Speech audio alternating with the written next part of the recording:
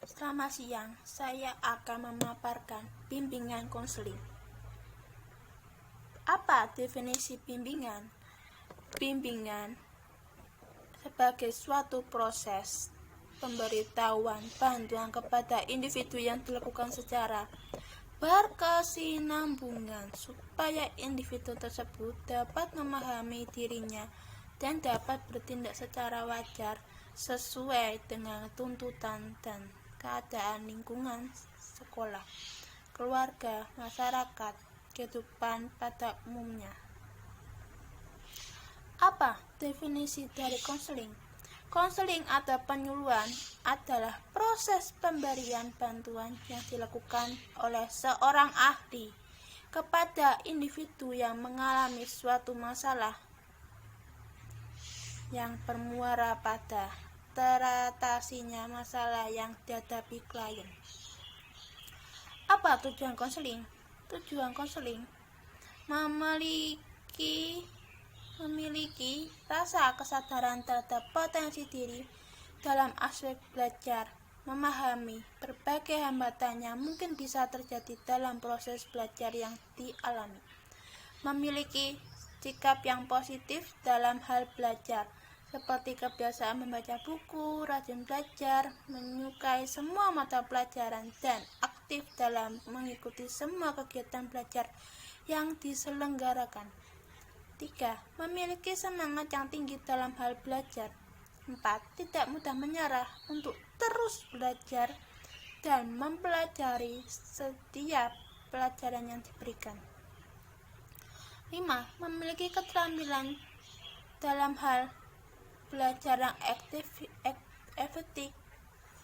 efektif, menggunakan kamus, mencatat setiap materi yang diberikan, dan mampu mempersiapkan diri dalam menghadapi ujian. 6. Memiliki kesiapan mental dalam menghadapi berbagai macam ujian. Apa indikator keberhasilan konseling? Menurunnya kecemasan klien, mempunyai rencana hidup yang praktis dan berguna, harus ada perjanjian kapan rencana akan dilaksanakan, sehingga pada pertemuan berikutnya konselor sudah berhasil mengecek hasil rencananya. Sebutkan salah satu kutipan nasihat Yesus yang sesuai dengan konseling Kristen. Salah satu kutipan Yesus yang sesuai dengan konseling Kristen adalah Yohanes bab 13 ayat 34-35. Dasar kutipan konseling Kristiani adalah kegiatan saling mengasihi satu sama lain. Dengan demikian yang melihat tahu kalau mereka adalah murid-muridnya Yesus, dan itu tanda mengasihi mulai dengan mendengarkan. Kadang orang yang berkeluh kesah itu bukan mencari solusi atau pemecahan masalah, tetapi butuh didengarkan. Siapa yang menjadi konselor dan konseli? Mungkin pertanyaan itu sering muncul dan terdengar di kalangan masyarakat umum. Namun pada hakikatnya tidak sembarang orang bisa menjadi konselor. Menurut KKBI, konselor merupakan orang yang melayani konseling, penasihat, penyuluh. Konselor adalah sarjana pendidikan S1 bidang bimbingan dan konseling dan telah menyelesaikan program pendidikan profesor konselor (PPK) Hafid 2017-5. Konselor yang baik seperti apa? Bukankah semua konselor itu baik bagi konseli? Sebelum masuk ke seperti apa konselor yang baik, konselor yang baik itu menurut KKBI merupakan konselor yang penasehat, melayani, penyuluh. Sedangkan konseling menurut KKBI merupakan pemberian bimbingan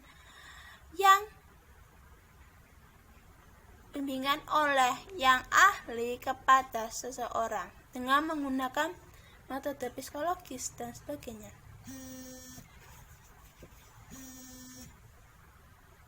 Menurut Smith dalam Scherzer dan Stone di 1999, konseling adalah proses konselor membantu konseli membuat interpretasi tentang fakta-fakta yang berhubungan dengan pilihan, rencana, atau penyusunan yang perlu dibuatnya.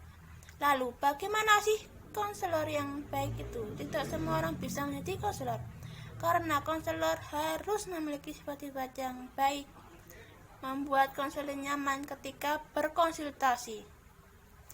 Tidak hanya sikap nyaman konseling, namun hasil akhir atau jalan keluar dari masalah itu ada dan dapat dibuktikan. Adapun Jones menyebutkan beberapa sifat yang harus dimiliki oleh konselor. Tingkah laku yang etis, maksudnya konselor harus tahu tata cara berkomunikasi dengan konselor dengan tata krama dan sopan santun. Kemampuan intelektual ialah kemampuan yang dibutuhkan untuk melakukan berbagai aktivitas mental, berpikir, menalar, dan memecahkan masalah.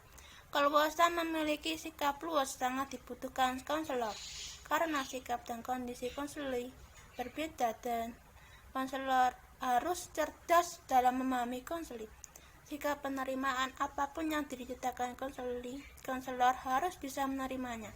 Pemahaman yang baik sangat dibutuhkan konselor untuk memahami kondisi konseli yang sedang berkonsultasi pada konselor agar tidak menimbulkan kesalahpahaman antara konselor dan konseli.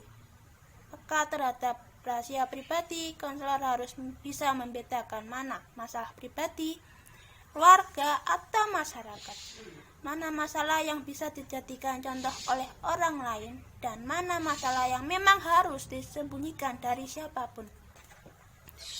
Komunikasi. Konselor harus mempunyai kemampuan berkomunikasi yang baik dan dengan konseling. Dengan begitu, masalah dan rahasia konseling bisa diberikan jalan keluar oleh konselor. Di atas adalah beberapa sifat yang harus dimiliki oleh konselor. Guys, sekian dan terima kasih. Sampai jumpa. Bye-bye.